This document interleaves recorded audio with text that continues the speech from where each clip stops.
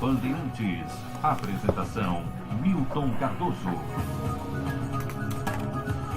10 horas e 53 minutos, temperatura 13 graus, está chovendo em Porto Alegre. Aqui no Morro Santo Antônio a chuva é fraca, mas parece que tem chuva forte aí, né, espalhada pela cidade, Zona Norte, enfim, informações aí de que tem até chuva de granizo. Em nome de Gran Legado Vinhos e Espumantes, Suco Suvalã, Afisvex, Sindifisco, RPI, ANAP, Celulose Rio Grandense, Zafari e Bourbon. Economizar é comprar bem. Recebendo nos estúdios da Bandeirantes nesta noite, a nossa pauta aqui, Previdência Social, Dr. Fernando Rubim, advogado e professor, Dr. Alexandre Triquez, advogado e professor, presidente da Comissão de Previdência da UAB Rio Grande do Sul, Dr. Anderson de Tomasi Ribeiro, advogado e professor, e o Dr. Márcio Hartz, advogado e professor, os nossos convidados aqui nos estúdios da Bandeirantes. Deixa eu só ver aqui as mensagens que estão chegando dos nossos ouvintes. Deixa eu ver aqui. Mensagens dos nossos ouvintes pelo 9366-0949. Olha, as mensagens que não são, né, com relação à nossa pauta aqui, eu vou ler depois, tá? Porque eu quero dar prioridade aqui a essa prestação de serviço. Tem muitas mensagens chegando aqui, e eu quero dar prioridade para a nossa pauta aqui. Deixa eu ver aqui as mensagens dos nossos ouvintes.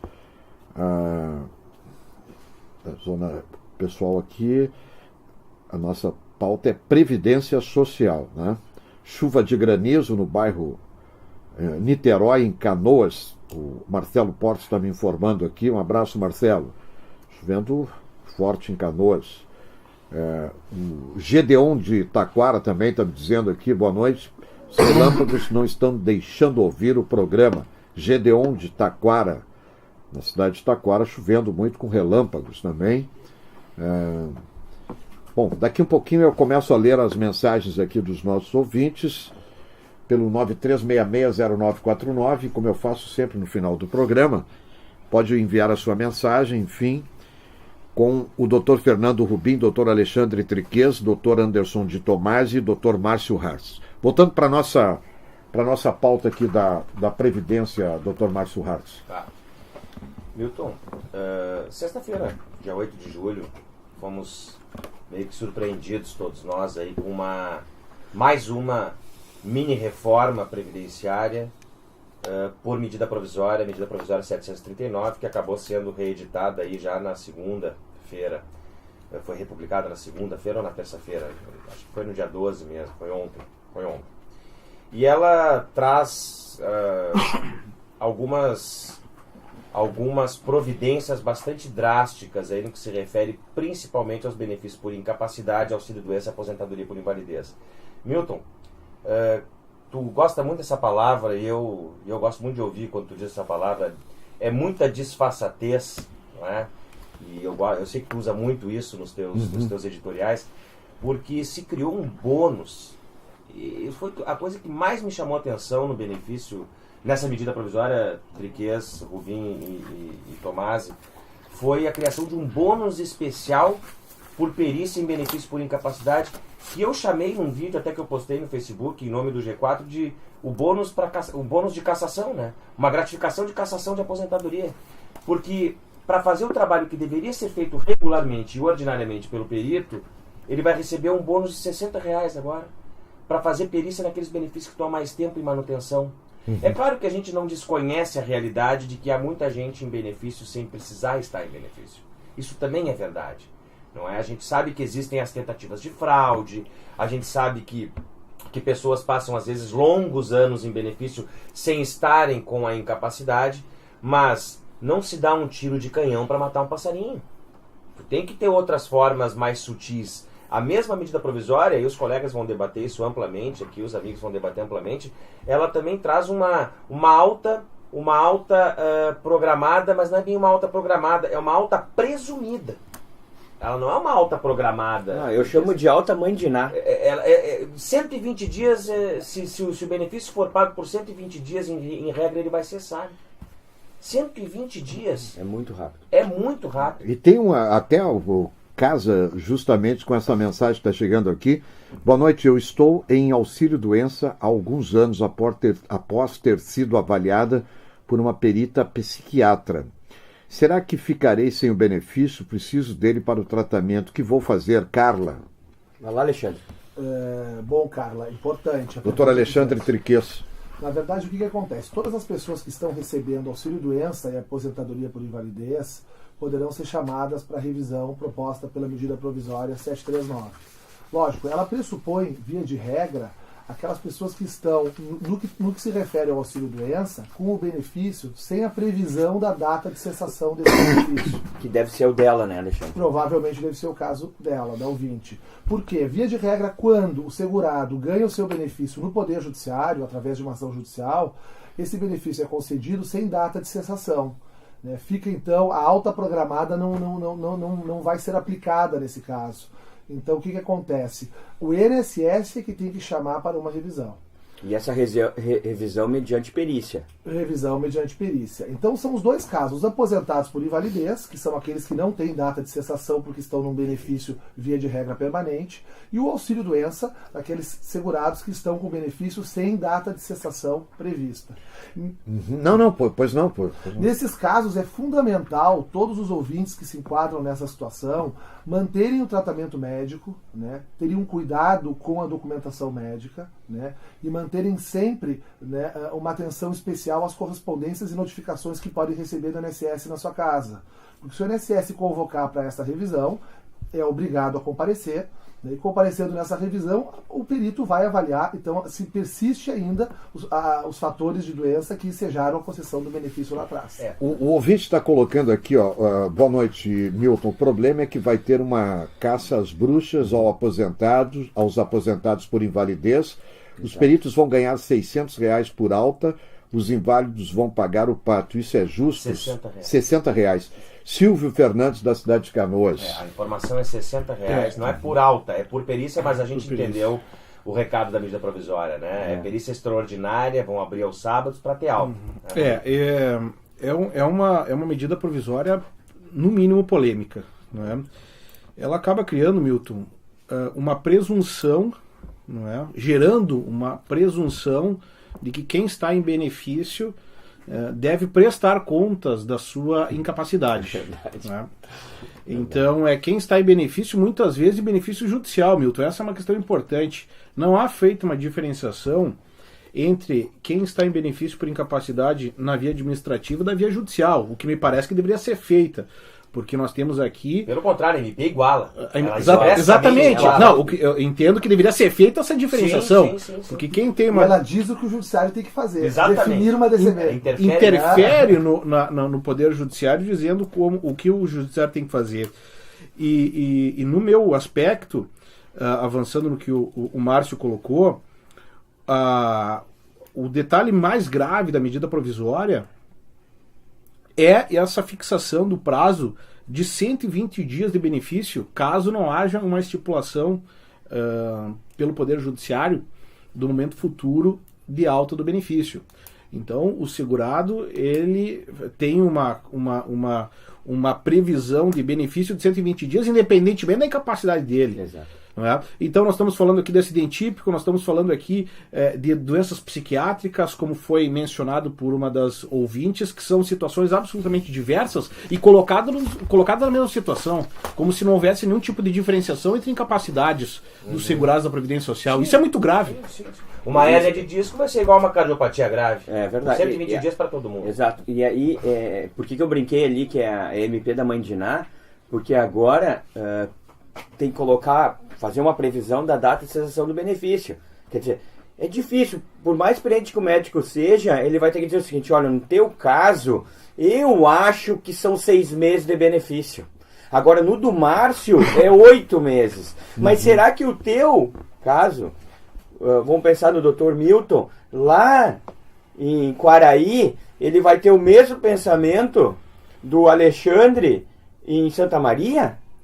Sim. Quer dizer, nós vamos pegar um caso, a mesma doença, em que um Sim, segurado vai ganhar 8 meses e o outro vai ganhar 6 meses. Totalmente. Por quê? Porque se não tiver essa data, 120 dias. 120 dias. E o que vai acontecer passado 120 dias?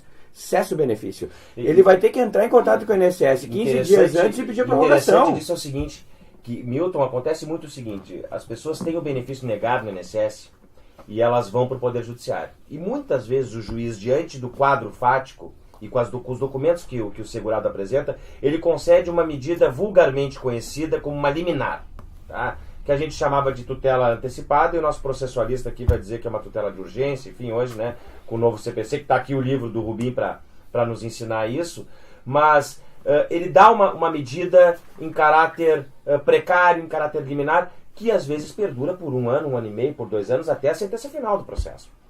Pois bem, esse juiz vai ter dado uma decisão e 120 dias depois a decisão dele cai, porque a lei diz que o INSS tem que cessar administrativamente. Há uma interferência claríssima do poder executivo, na figura do INSS, sobre uma decisão do Poder Judiciário, na vigência da decisão judicial. Márcio, Isso afronta... recebi agora uma mensagem do Nelson. Nelsinho, um abraço para ti, querido, obrigado. E ele Onde é que está o Nelson? O Nelson está aqui em Porto Alegre, Porto lá Alegre. na Zona Sul. Um abraço, Nelson. Bertoldo. E aí ele faz uma... Nelson Bertoldo? Isso aí. Nelsinho Bertoldo? Esse mesmo. Gremista. É isso aí. Que nem o... É lá da nossa zona, E aí ele coloca uma situação muito interessante. Ele diz assim, ok, o médico vai ganhar os R$60. Tá, mas quem é que vai fazer a análise dos documentos para encaminhar o médico? A agência vai abrir... Não vai abrir a agência, os R$60 e o funcionário vai receber hora extra. A gente sabe que os funcionários da INSS, o servidor não recebe. Quem é que vai abrir a agência? Quem é que vai abrir a agência? Quem é que vai fazer verificar essa documentação dele? Porque assim, ó, na prática, como é que funciona? O cara chega lá na agência da INSS, ele vai pegar uma fichinha, ele vai encaminhar para um setor que vai fazer análise de documento, ver se o cara está vinculado à Previdência, se não está. Depois ele vai para a perícia. Quem vai fazer essa análise prévia? A MP não traz isso. Uhum. O ouvinte aqui, ó, o prezado Milton, após laudo de 3 neurologistas e de um traumatologista da Unimed, todos esses me afastando de minhas atividades por tempo indeterminado, a perita do INSS me suspendeu o benefício, entrei na justiça. O incrível é que a perita não realizou os exames que são de praxe no meu caso. Mandou-me levantar a camisa e, não encontrando cicatriz da cirurgia, ironicamente disse-me, exclamando: "O senhor fez uma cirurgia na coluna cervical e não tem uma cicatriz sequer." Respondi-lhe: "Doutora, há algum tempo que esse tipo de incisão é feita pela parte da frente do pescoço." Então mostrei a dita cicatriz e, surpresa, exclamou: "Fizeram pela frente?" Resumo: estou sem receber há 3 meses e gastando com advogado. Pode um negócio desses, Milton? Foi no postão do IAPI em Porto Alegre. O Carlos Maciel, que tem 65 anos. A perícia é o grande gargalo hoje da Previdência, né? A perícia médica, porque são muitas pessoas que diariamente fazem essas perícias e há um problema muito grande nas avaliações, há um problema muito grande na especialidade, porque muitas vezes o perito médico não é especialista na doença. Na maioria das vezes, né? E há também, por que não dizer, uma grande dificuldade para os segurados obterem muitas vezes documentos médicos robustos, porque o sistema público de saúde não fornece esses atestados, ou muitas vezes para obter uma consulta com o especialista pelo SUS leva 5, 6, 7, 10 anos. Então a pessoa vai para a perícia apenas com exames, né? E aí sim o Poder Judiciário é sempre um caminho importante, né, para buscar o resguardo desse direito com a garantia de todos os retroativos desde a data que começou o processo do INSS. Né? Só para teres uma ideia, Milton, desculpa, Rubim, Dr. Márcio Hartz, exemplificar aqui. Deixa eu só fazer aqui um registro, 11 horas e 7 minutos, porque o rádio é rotativo. Você que está ligando a Bandeirantes FM a 94,9 agora, o AM 640. Estamos com a nossa pauta sobre Previdência Social, recebendo nos estúdios da Bandeirantes Dr. Fernando Rubim, Dr. Alexandre Triquez, Dr. Anderson de Tomás Ribeiro e Dr. Márcio Hartz. Dr. Márcio Hartz. E tive um caso recentemente no escritório, e os colegas passam por isso também, uma cliente com um problema seríssimo de perda visual. Mas seríssimo problema, ela não enxerga mais. Tipo, só que ela é cega, né? Só que não, ela não é cega, ela enxerga bem, ela não enxerga bem, Ela não consegue mais ler um livro, mas ela consegue estar na mesa contigo te olhando. Parece que ela está bem. Ela foi fazer uma perícia no INSS, nenhum aparelho oftalmológico, evidentemente, na perícia para analisar a perda visual dela. E passou, não, a senhora tá ótima, a senhora está olhando para mim. Aí foi para o judiciário, fez uma perícia oftalmológica, bom, aí é outra situação. Porque aí tu tem um médico com um aparelho adequado, perda de 40%, 50%, 70% de visão. Então, o problema das perícias que o Alexandre refere é exatamente esse.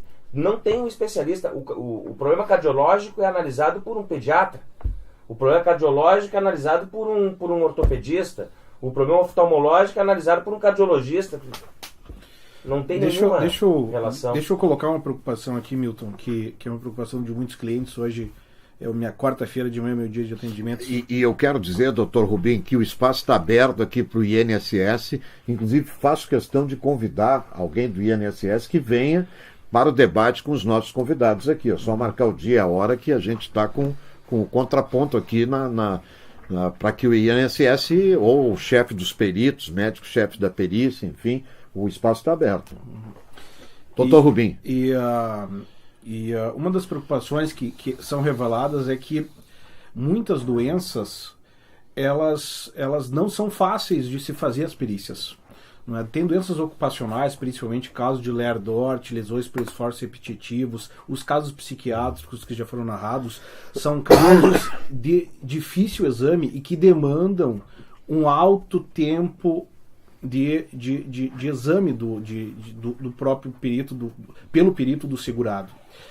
E nós, mediante essas medidas provisórias, o que a gente acaba fazendo com o segurado é colocar ele em constante situação de insegurança.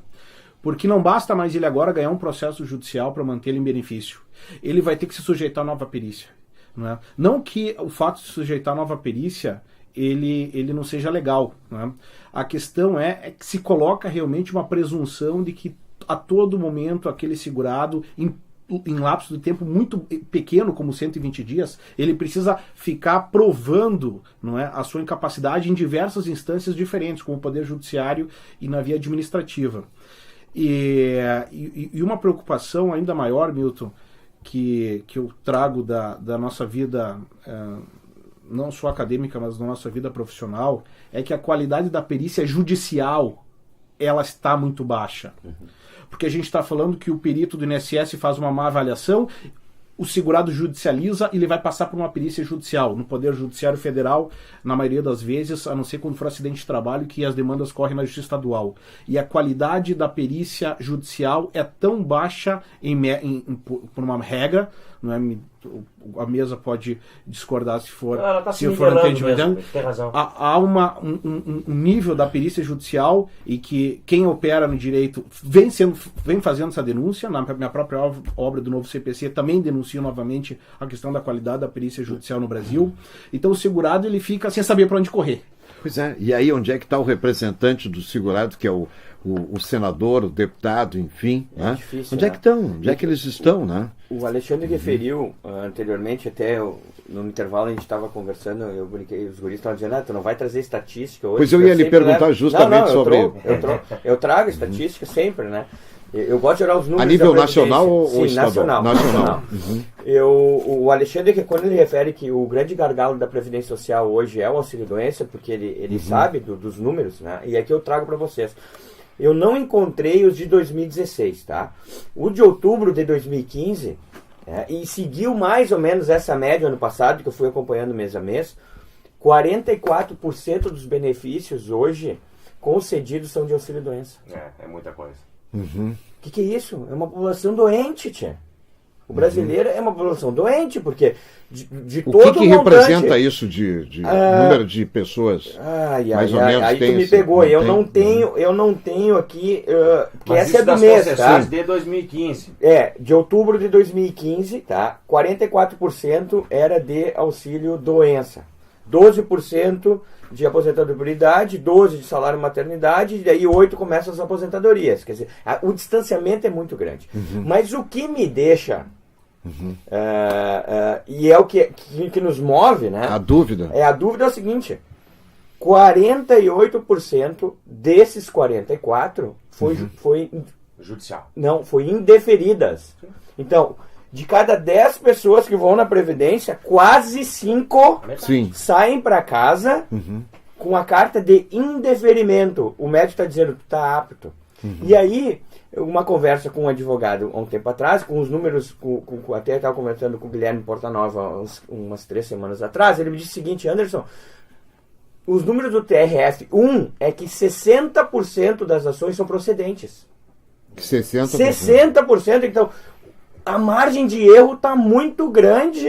Muito grande. Muito grande. Muito grande. Quer dizer, de cada 10 processos, 6 levam. É muito alto. Ou seja, de cada 10 perícias negadas que vão para o judiciário, 6 são revertidas. São revertidas, é muito alto. É muito alto. A margem de erro é ridícula. Mas as perícias são feitas em 10 minutos, 12 minutos, 7 minutos. Meu Deus. E a judicial em 15. E a judicial agora tem sido feita em 15 porque também está massificado.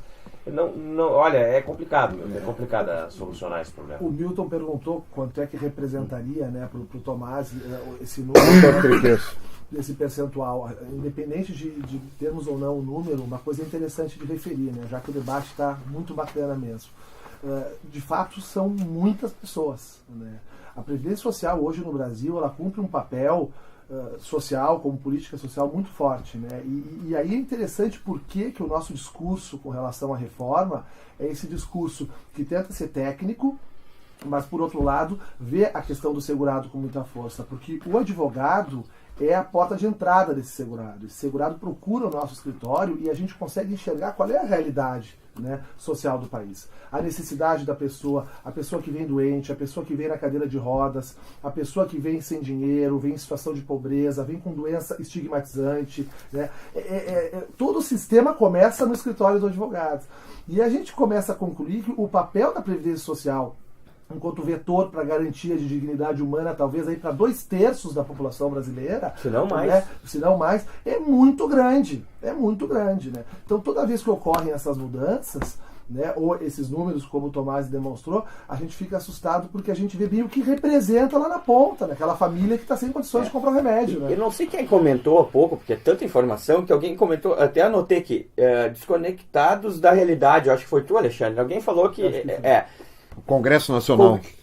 O Congresso. Não, e eu digo que alguns processos também são desconectados. Porque quando nós enxergamos o cliente e nós temos interesse de só fazer encaminhamento dos auxílios se o cara efetivamente está doente. Porque 95% dos advogados não cobram na entrada. Tu cobra pelo resultado. Sim, a gente vive de resultado. Exato. Então, até porque o segurado nem tem o que pagar na entrada. Exato. E por que eu tô... A realidade é essa, né? E por que eu faço esse comentário?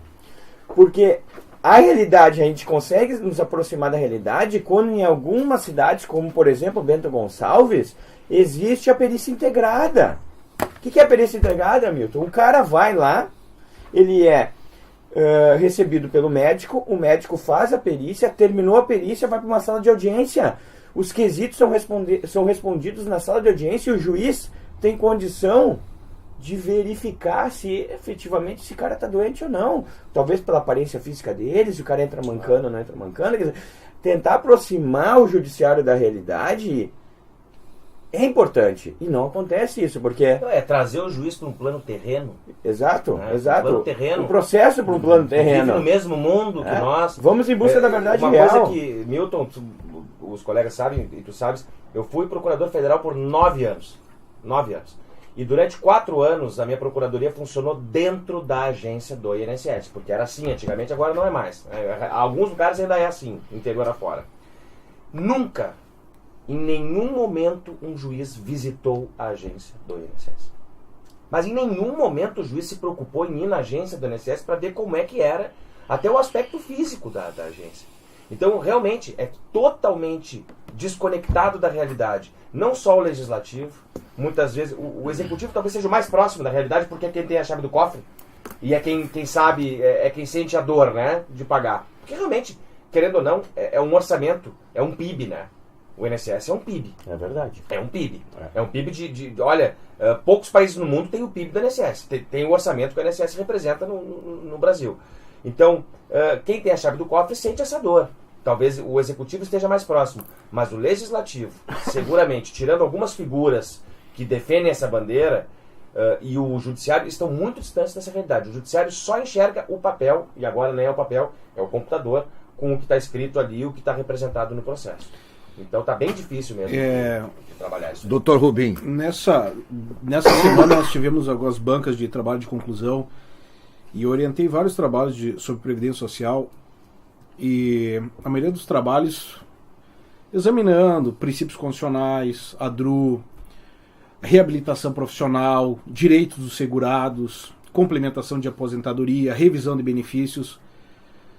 E no meio de todos aqueles debates que eram realmente muito importantes, ficava pensando, Milton, na linha do teu editorial, né, que a lógica que o governo vem trabalhando, nesse caso o último governo provisório, ele inibe qualquer movimento de concessão de direitos dos segurados, não é? Em desacordo com tudo que a gente trabalha, e não vamos deixar de trabalhar na academia, na defesa do trabalhador e do segurado. Mas de certa forma, desanimador a linha que a gente vem identificando por meio dessas mudanças legislativas. Não é? E o Márcio fez a menção de uma revalidação da medida provisória, e nessa prestação de serviço que a gente está proposto hoje aqui, gostaria de colocar para os nossos ouvintes o que significou isso, essa revalidação. Na verdade, o governo quis deixar claro a linha da medida provisória contra os segurados, porque essa revalidação tratou de informar que quem perdeu o vínculo com o INSS, quem perdeu o que se chama aí, tecnicamente de qualidade segurado, para requerer um benefício da agência, precisa de mais 12 contribuições. A regra anterior é que quem perdia o vínculo com o INSS, para fins de benefício por incapacidade, bastaria ele fazer mais 4 contribuições. E agora são agora em vez de 4, são 12. Então essa republicação foi porque a medida provisória originária trouxe uma dúvida se manteria ou não essa medida. Então o governo foi lá e dois dias depois deixou claro. Nós viemos com uma intenção muito clara. Nós debatemos isso e a intenção foi ratificada no sentido de... Isso, faltou alguma coisa nessa medida. Não está bem completo, que eles vão vir com mais alguma coisa. Dito e feito, terça-feira eles vieram. A realidade é que nós temos um ministro da Fazenda, um cidadão muito competente, enfim, mas o negócio dele, do Henrique Meirelles, é resolver o problema do sistema financeiro. Ele não está nem aí. O ideal seria um ministro de Estado, né, que tivesse vínculo com o comércio, com a indústria, enfim, para gerar emprego, para gerar renda e tal. O Meirelles, ele quer resolver o problema do sistema financeiro. Ele foi presidente do Banco de Boston. O ministro, ele a Previdência tem que ser sanguíneo. E há uma pressão internacional, né, em cima das contas previdenciárias. Sempre há. Perfeita a colocação. Eu acho que o Milton refere... Doutor Triqueso. Nós precisamos do controle social. Quer dizer, o governo assume o poder interinamente e a primeira coisa que faz é retirar o contraponto social, que é o Ministério da Previdência. Né? Extingue o Ministério da Previdência e aí o debate... Joga para dentro da Fazenda. Joga para dentro da Fazenda, né? E como o Márcio referiu muito bem, a gente sabe que há, sim, a vontade dos grandes bancos e do capital internacional que as previdências dos países hoje sejam capitalizadas. Privatizadas. Isso. O que seria uma previdência capitalizada, como é a previdência privada? Hoje a previdência brasileira é uma previdência que quem está contribuindo está custeando o benefício de quem está aposentado. Então tem a turma de baixo que está pagando e esse pagamento serve imediatamente no mesmo mês para pagar o benefício de quem está recebendo. É um sistema de repartição simples. O sistema de capitalização é um sistema de saldo em conta. É aberta uma conta em nome do trabalhador, ele vai pagando a previdência dele para aquela conta e na hora de se aposentar ele vai receber o que ele conseguiu naquela conta e o que o gestor conseguiu aplicar naquele valor. Né? É um sistema individualista que retira o Estado da Previdência. É um sistema de poupança privada. O sistema de poupança privada. Esse foi o receituário do Banco Mundial e do Fundo Monetário Internacional na década de 80, quando a maioria dos países aqui da América do Sul foram postular empréstimos em razão da crise dos anos 80, foi colocado como imposição a capitalização das suas previdências. O Brasil, como a Constituição de 88, com aquele viés Ulisses Guimarães, aquele viés social muito forte, chegou exatamente nesse momento... A Constituição Cidadã. Exatamente. Conseguiu segurar. mas em seguida, em 98, veio a emenda constitucional 20, já retirou um pedaço, veio a emenda 41, já retirou outro pedaço, veio a emenda 47, já cortou outro pedaço. Né? Não aqui dizendo que não se deva aprimorar o sistema carece de aprimoramentos, logicamente, mas a gente está caminhando para uma previdência, se continuar do jeito como está, completamente privada no Brasil. Qual seria agora, no momento, a orientação que os senhores poderiam passar assim aos nossos ouvintes, enfim, cidadão a cidadã que está trabalhando, como é que ela deve proceder para que ali na frente, na aposentadoria, tenha uma vida um pouco melhor, enfim, qual é o tipo de movimento que essa pessoa tem que fazer, aonde, como, e a idade das mulheres e dos homens, enfim, qual é a avaliação dos senhores? Doutor Infelizmente, Anderson Ribeiro. Infelizmente, Milton, o cidadão que trabalha com carteira assinada, ele não consegue mexer na previdência dele, porque o desconto ele é obrigatório e se ele ganha 1.500, a contribuição dele é 1.500. Sequer ele vai conseguir pagar um carnezinho para ter um complemento, porque até a lei não permite, não haverá uma soma do carnezinho, né? Há um fracionamento desse valor lá quando ele contribui com o carnezinho. Então, é muito difícil para o cidadão de carteira assinada, o trabalhador, fazer um planejamento da aposentadoria dele, porque a regra está incutida. O empresário, com o seu prolabore, ele consegue. Joga para cima, joga para baixo, esse mês vou contribuir mais, vou contribuir menos, se a empresa é lucro presumido, eu vou diminuir a contribuição, se é simples, eu vou aumentar. Então, o empresário ele é beneficiado na questão da contribuição. Agora, o trabalhador não tem como. Ele vai ter que se adequar à média, a realidade dele. Com a nova medida provisória que virou lei, que era o fator 85-95, ele pode, por vezes, e não é regra geral, porque vai ter que ser analisado o caso concreto, ele segurar um pouquinho. Ele completou os seus 35 anos de aposentadoria, dá direito a uma aposentadoria por tempo de contribuição, mais coincidência do fator previdenciário. Se ele consegue 85-95, que é a soma da idade mais o tempo de contribuição, ele tem a isenção do fator previdenciário. Mas será que vale a pena? Às vezes não, porque ele vai ter que esperar 4, 5, 6 anos. Né? E tudo que ele deixou de ganhar nesse período. Né? Então, tem que se adequar, tentar se adequar ao caso. Né? Não existe uma regra geral. Esse assunto me é muito caro. Assim, eu realmente sou apaixonado pela aposentadoria por tempo de contribuição. Eu tenho uma vinculação muito forte com esse benefício. E uma coisa que está afligindo muita gente, as pessoas estão aflitas. As mulheres, olha a idade. Então, hoje não tem idade mínima para mulher, hoje ela tem que ter 30 anos de contribuição, ela se aposenta. Claro que se ela tiver uma idade baixa, uma idade não ideal, ela tem os efeitos do fator previdenciário. Se além dos 30 anos de contribuição ela tiver uma idade de 55 anos hoje, ela vai ter a isenção do fator previdenciário, como bem colocou o Anderson. 55 anos. Porque é soma 85, né? Então, se ela tem os 30 anos de contribuição com 55 de idade, ela tem 85. Se ela tem 31 de contribuição e 54 de idade, ela tem 85. O que ela não pode ter é 29 de contribuição e 56 de idade, porque embora tenha 85, não tem o tempo mínimo para aposentadoria. Se ela tem 50 de idade? E aí ela vai perder 35%, 40% do valor da renda dela. Por causa do fator previdenciário. Ele vai castigar aquela pessoa que começou a trabalhar jovem, Milton. E quem é que começa a trabalhar jovem no Brasil? É quem precisa. É quem cumpre os requisitos mais cedo. Essa pessoa é punida pelo fator previdenciário. Né? Mas é uma questão atuarial, enfim, o Brasil não tem uma idade mínima, é um dos poucos países do mundo que não tem idade mínima. Então me parece que o Brasil vai copiar os modelos mais bem-sucedidos de previdência. Isso é inegável que o Brasil vai fazer. E até acho que nesse sentido muita gente vai discordar de mim, mas eu acredito que a idade mínima ela seja realmente algo a ser uma realidade necessária no futuro. Acho que não tem como a gente imaginar alguém se aposentar. Mas aí, Márcio, a questão toda, o debate ele é interessante. Doutor Rubim. O debate ele é interessante, mas a questão originária, a gente volta àquele ponto. Qual é o meio legislativo de se fazer esse debate? Evidente. Porque vai alterar a idade por medida provisória, como fizeram aqui como fizeram. Não, mas a lógica de imposição do governo. Tem que ser por emenda neste caso, porque está na Constituição o requisito para aposentadoria, né? Nesse caso especificamente. Teria que ser por emenda. Mas de um conceito geral, não é? Nenhuma dessas reformas previdenciárias, Milton, que a gente está tratando aqui.